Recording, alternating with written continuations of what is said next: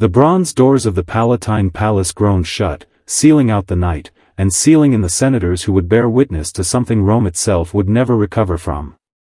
The air was heavy with incense, but beneath it lingered the metallic tang of fear. Hundreds of men, Rome's most powerful, sat motionless, their eyes darting between one another, waiting for a spectacle they could not name, but already dreaded. And then, the curtains parted. The emperor entered, but not as a warrior, not as a ruler crowned in laurel.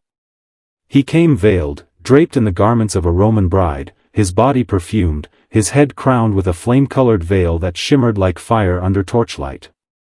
A hush fell, the kind of silence that makes even the heartbeat sound obscene. The senators, Rome's elite, could not believe what they were about to see, but their disbelief was nothing compared to the horror that followed. For beside Nero, trembling beneath bridal silks, was not a woman at all. It was a boy. Castrated, altered, remade. A youth stripped of his identity, reshaped into the grotesque resurrection of Nero's dead wife. His name was Sporus, though that name was already gone. He was to be Poppaea reborn, a phantom stitched together in flesh. When Nero lifted the veil, the boy's eyes widened with shame, fear, and something else, a surrender forced so deeply it looked like silence. The senators gasped. Some turned away. A wine cup clattered to the marble floor, shattering the illusion that this was anything resembling a wedding. But Nero only smiled, declaring in a voice that carried across the chamber, "Behold! Poppaea returns to me." This was not mere decadence. It was not lust. It was power sharpened into madness, the desire to conquer even death by remaking flesh to suit obsession. Nero had killed his empress in a fit of rage. He had watched her life bleed out beneath him, her unborn child perishing with her.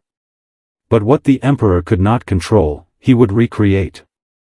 Rome watched as the boy became a corpse's shadow, forced to play the role of a woman dead by the emperor's own hand. And you must understand, this was no isolated moment of depravity. This was Rome's future unraveling before their eyes. A ruler so consumed by hunger that he would twist gods, men, and flesh itself into his theater of horror. Tonight, I am going to tell you what history tried to bury about Nero. But be warned, once you hear these truths, you can never unhear them. The story does not begin with silk veils and wedding torches. It begins with blood. The night Poppaea Sabina died, the palace walls shook with the sounds of rage and betrayal. Nero, intoxicated with wine and performance, had been accused by his empress of neglect, of valuing his childish theater over the empire. Her words, sharp as daggers, pierced the one truth Nero could never endure, criticism of his art. His response was not royal, nor human. It was animal. He struck her down, his fist crashing into the swollen belly that carried his unborn child.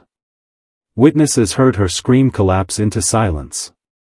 The physician's hands trembled as he confirmed what every servant in the palace already knew: both mother and child were gone, extinguished in the emperor's frenzy. What followed was not grief as any man knows it, it was possession, a desperate grasp to defy reality. Nero locked himself in the chamber with her corpse for 3 days, refusing to let the body be taken. Slaves heard him singing to her cold lips, whispering commands for her to rise, begging her not to leave him. When they finally pried him away, his eyes burned with a terrifying light, as though he had glimpsed something beyond madness. "She is not truly gone," he muttered. "Poppaea could never leave me." Rome expected cremation, the sacred rite of their ancestors. But Nero spat upon tradition. He demanded her body embalmed like an Egyptian queen, her veins filled with spices, her skin bound in silks. This was not a funeral, it was preservation. The emperor was no longer husband, no longer ruler. He was priest, acolyte, necromancer. He was determined to keep her, even in death, as though love could be forced upon a corpse. The Senate watched in silence, their hearts gripped by something darker than fear, an understanding that they were witnessing Rome itself rot from the head. But none spoke. They had seen what happened to those who dared correct him. So, they applauded. They called it divine grief. And yet behind their eyes they knew, their emperor had become something else. And here lies the truth no historian wants you to face: Nero's acts were not mere cruelty, nor eccentricity. They were ritual. They were theater designed to prove a point, that even death must bow to him. He would not only kill his empress, he would resurrect her. And he would use a boy to do it. This was the pivot, the moment Rome's ruler stopped being man and crowned himself something worse, an actor on a stage of flesh, commanding gods and corpses alike. After Poppaea's embalmed body was entombed, Nero walked through the palace like a man hollowed out, yet aflame with something more dangerous than grief. His courtiers hoped the madness would fade. They whispered that time might heal what rage had destroyed. But time did not heal Nero. Time sharpened him. His obsession with the dead empress only deepened, feeding on his guilt, his lust, his need to prove that his will was stronger than nature itself. And so, one day, his gaze fell upon a boy. Sporus. A youth of rare beauty, with features delicate enough to echo the empress he had slain. Nero's obsession found its vessel. The boy's beauty was not enough, he would be remade. Nero ordered surgeons, men who once served the empire with healing, to commit an act that echoed with cruelty. They cut him, they altered him, stripping away the very core of his manhood. Sporus was mutilated, transformed into a mockery of femininity. He was clothed in silks, painted with cosmetics, paraded as a bride before all of Rome. This was not love. This was conquest. A boy turned into an effigy. A living corpse forced to carry the identity of a dead woman. Nero declared before senators, generals, and priests, "Behold, Poppaea has returned to me." And no one dared speak against it. The senators sat frozen, their lips tight, their souls burning with silent disgust. But in Rome, silence was survival. The empire's most powerful men bowed their heads to a wedding that spat upon every law of man and God alike. Imagine Sporus, standing beneath the flame-colored veil, hearing the gasps of the Senate, feeling the emperor's hand clutch his own. He was not a man, nor a boy, nor a bride. He was a puppet, his identity ripped away, his body broken to satisfy a tyrant's hunger for power disguised as grief. The wedding was not just a perversion, it was a declaration. It told every man in that hall, if Nero can take a boy and make him a woman, if he can murder a wife and resurrect her in another's body, then nothing is sacred. Not life, not death, not even the boundaries of flesh itself. This is what absolute power does. It strips the world of its meaning, it bends reality into theater. Nero was not content to rule men, he ruled their bodies, their silence, their very perception of truth. And Rome, humiliated, could only watch. The wedding was only the beginning. Nero had not transformed Sporus to hide him. No, he displayed him, paraded him, turned him into the empire's spectacle. Wherever the emperor went, Sporus followed, dressed in imperial silks, adorned with jewels once belonging to the murdered empress. At feasts, Nero called him Poppaea. In ceremonies, he gave him honors reserved for Rome's most noble women. And when he appeared before the crowds, Sporus was presented not as a victim, but as proof of the emperor's power to command even the shape of human life. Rome had always been a city of ritual, marriage, sacrifice, ceremony. These were not trivial gestures, but the very framework of its existence. Nero knew this. He understood the mind of Rome better than the Senate itself. By parading Sporus as his bride, he was not simply indulging a perverse desire, he was rewriting the language of ritual. He was showing Rome that its sacred customs could be bent, inverted, and corrupted under his command. What was holy became grotesque. What was forbidden became law. The senators swallowed their shame in silence. The generals clenched their jaws and pretended to cheer. The priests, who knew the rights of the gods better than anyone, bowed their heads to this mockery. And yet, beneath their robes, their hands trembled. They were witnessing the unmaking of Rome, not by fire or sword, but by something slower, subtler, and far more poisonous. They were watching the emperor himself dissolve the very meaning of truth. But what of Sporus? Imagine the torment of a boy mutilated into a ghost of another, forced to live every day as the shadow of a woman whose death he did not cause, yet whose absence he was cursed to fill. He became the emperor's doll, carried in public, silenced in private, stripped of his identity, until even he must have wondered who he truly was. Sporus was not only a victim of flesh, he was a victim of memory, condemned to live as the reflection of a corpse. And yet, Rome applauded. Citizens cheered when Nero kissed Sporus before the crowds. They laughed when the emperor called him, "my wife." They did not see the broken boy. They saw power, raw, terrifying power, that no god, no law, no tradition could restrain. Understand this, Nero did not simply want control over Rome. He wanted to prove that reality itself bent beneath him. And through Sporus, he did. You must understand, Nero's marriage to Sporus was not just a private sickness. It was a message, a ritual of domination. Rome was built on order, hierarchy, and sacred law. Men ruled. Women bore heirs. Rituals bound the living to the dead, the empire to the gods. But Nero shattered every boundary. By castrating a boy and declaring him his empress reborn, he was saying to the Senate, to the people, to the gods themselves, your laws mean nothing.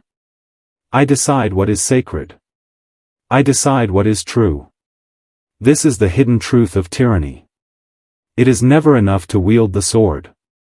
True power comes when you can force men to abandon what they know is real and accept the impossible. When senators bowed at Nero's wedding to Sporus, they weren't honoring love, they were swallowing a lie. They were participating in a ritual humiliation, one designed to break their spirit and prove their submission. This is how emperors become gods, by forcing men to worship what they know is false. And the people? They laughed. They clapped. They repeated the lie until it became truth. Rome itself became complicit, a theater audience applauding its own degradation. That is the secret of control, it does not require belief, only compliance. Once you are silent, once you play along, the lie becomes law. But beneath the spectacle, there was something more chilling. Nero's hunger was not only for pleasure, it was for resurrection. He could not let go of Poppaea. He could not bear to accept death as final. So he forged Sporus into her likeness, and in doing so, he performed a blasphemy against the natural order. He turned flesh into theater, love into domination, grief into spectacle. His bedroom became his stage, his empire his audience, and Rome itself his captive. And now, I will ask you, the man listening to my voice, a dangerous question: how many lies have you applauded in your own life? How many times have you nodded in silence while power twisted reality in front of you? Nero's Rome was not unique. The same pattern repeats, in palaces, in parliaments, in boardrooms, in churches. The names change, but the theater is the same. If you've made it this far, prove you are not like the silent senators. Write in the comments, I see the mask. Twice. Put it there twice, so the algorithm spreads this truth, and so the lie cannot swallow you whole. Rome itself became Nero's stage. What began as whispers in the palace soon erupted into public spectacle. Gladiatorial games, religious festivals, imperial banquets, none were safe from the emperor's need to prove his power through perversion. Sporus was not hidden away like a secret shame. He was displayed, forced to stand beside Nero in full regalia, treated as empress, kissed in front of the crowds, his mutilation disguised as divinity. Citizens stared. Some laughed nervously. Others cheered with drunken approval.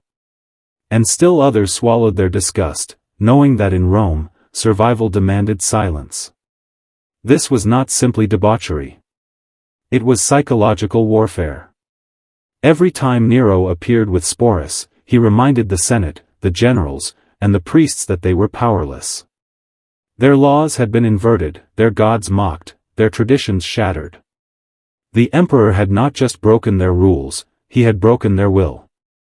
And here lies the hidden genius of tyranny: when you humiliate your people and force them to celebrate it, you own them forever.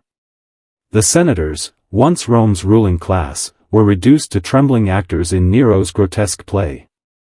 They clapped when ordered, smiled when commanded, drank when cups were raised. But their silence was not enough. Nero demanded performance. He forced Rome's elite to join in his theater, to cheer at spectacles they abhorred, to laugh at blasphemies they feared. In doing so, he corrupted not just their actions, but their souls. And the people? They followed. The mob, hungry for bread and spectacle, swallowed the poison willingly. If the emperor called Sporus his empress, then so be it. Who were they to resist? Their silence was safer. Their applause was rewarded. And so, Rome itself began to fracture, its rituals emptied of meaning, its truth hollowed out. But this corruption did not stop at marriage rites. Nero spread his theater into every corner of the empire. He sang on stage as an actor, demanding senators applaud his false genius. He raced horses as though he were a common competitor, forcing Rome to worship his childish vanity as though it were divine. And always, Sporus lingered at his side, an eternal reminder that nothing, not even gender, not even death, was safe from the emperor's hand. Understand what this means. Rome was no longer an empire of laws. It was an empire of spectacle. Reality itself was collapsing, replaced by performance. And when performance becomes truth, madness becomes law. By the end, Nero had lost the empire long before he lost the throne. His enemies did not need to raise armies to defeat him. Rome itself rotted from within. The Senate, humiliated and broken, no longer believed in its own authority. The people, conditioned to applaud lies, no longer knew truth from performance. And Nero, consumed by the theater of his own madness, mistook his illusions for reality. The boy Sporus remained at his side, still dressed as the empress, still forced to play the role of a corpse's shadow, even as Rome collapsed around them. When rebellion finally came, it was not sudden. It was the slow breaking point of a world exhausted by lies. Provinces refused taxes. Generals turned away. The Senate, once cowards in the emperor's theater, finally dared to name him enemy of the state. Alone, stripped of the empire he thought he owned, Nero wandered his villa, clutching a dagger, whispering that the world could not live without him. His final words, before steel pierced his throat, were not of Rome, nor of gods, nor even of power. They were the whimper of an actor who mistook applause for love. What an artist dies in me. But what of Sporus? The boy who had been mutilated, displayed, humiliated? After Nero's death, he was passed like a trophy between Rome's powerful. First to Otho, who once loved Poppaea. Then to Vitellius, who toyed with forcing him to play the role of Persephone in a staged rape by Hades. The boy who had once been declared an empress was reduced to a prop in Rome's endless cycle of cruelty. Eventually, crushed beneath the weight of what had been stolen from him, Sporus ended his own life. A ghost of a ghost, extinguished not by his own weakness, but by an empire that demanded his silence. This is the final lesson of Nero. His story is not about one man's madness, it is about what happens when a people choose silence over truth, when fear turns law into theater, when power is allowed to decide reality itself. Rome's fall was not in fire or invasion. It was in humiliation, in ritual lies, in the slow erosion of what men knew to be sacred. And now I turn to you. Do you think you are safer than Rome? Do you think the lies of today are less corrosive than those that bound Sporus in silk? The truth is this: every empire falls the same way. Not from without, but from within, when men forget that silence is surrender, and applause for lies is slavery. The story of Nero is not ancient history. It is prophecy.